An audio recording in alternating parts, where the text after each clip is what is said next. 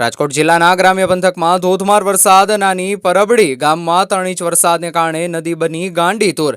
નાની પરબડીની ફુલઝર નદીમાં ઘોડાપુર ફુલઝર નદી પરનો કોઝવે પાણીમાં ગરકાવ।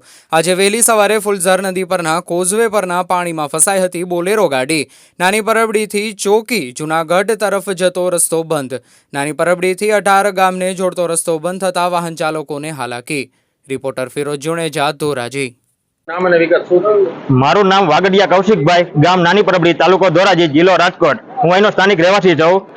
ગઈ મોડી રાતથી નાની પરબડીમાં અવિરત વરસાદને કારણે ફુલઝર નદીમાં ઘોડાપુર આવેલ છે, ત્યારે વહેલી સવારે ચોકીથી નાની પરબડી જવા માટે એક બોલેરો ગાડી ફુલઝર નદીમાં ફસાણી હતી।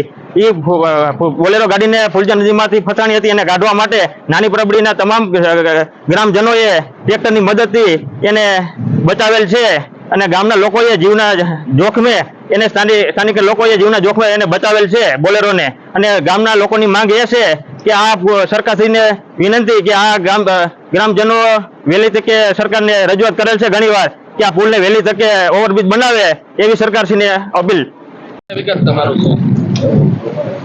તમારું નામ? ગજેરા નિમેશ, નાની પરબડી, ધોરાજી તાલુકાનું નાની પરબડી ગામને ચોકીને નાની પરબડીને જોડતો પુલ છે, એ બેઠી ધાબી છે, એ મોટો પુલ બનાવી દે અમને।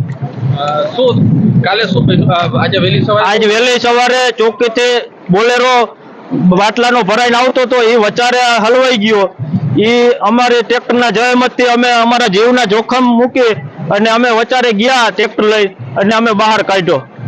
શું તમારી માંગ શું છે? અમારી માંગ એટલી જ છે કે અમને બેઠી તાબી છે ને એ ઉપર ઊંચો પુલ બનાવી દે, એ જ અમારી માંગ છે।